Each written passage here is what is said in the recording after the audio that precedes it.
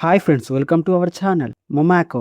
ఈ movie Haryana rural బ్యాక్‌డ్రాప్‌లో సాగుతుంది. మొమాకో అంటే మోటార్ మ్యాచెస్ ఔట్ కట్టర్.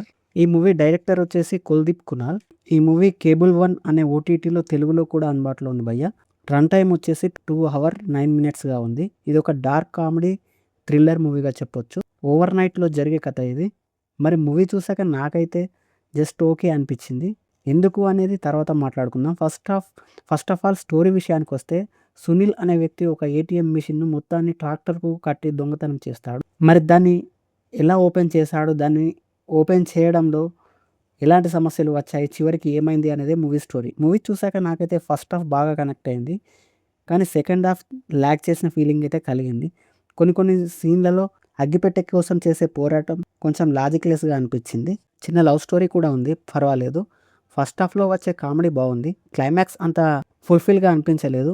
ఇంకా సునీల్ పాత్ర బావుంది. ఇంకా విక్కీ, బబ్లా క్యారెక్టర్స్ కూడా బావున్నాయి. మూవీ అంతా హర్యానా బ్యాక్‌డ్రాప్‌లో లొకేషన్స్ బావున్నాయి. మూవీ అంతా 1, 2 ప్లేసుల్లోనే ఉంటుంది. విజువల్స్ బావున్నాయి. ఓవరాల్‌గా మూవీ జస్ట్ ఒకసారి ట్రై చేయొచ్చు అనిపించింది భయ్య. మీరు కూడా ట్రై చేయండి. ఎలా ఉందో కామెంట్ చేయండి. Thank you for watching.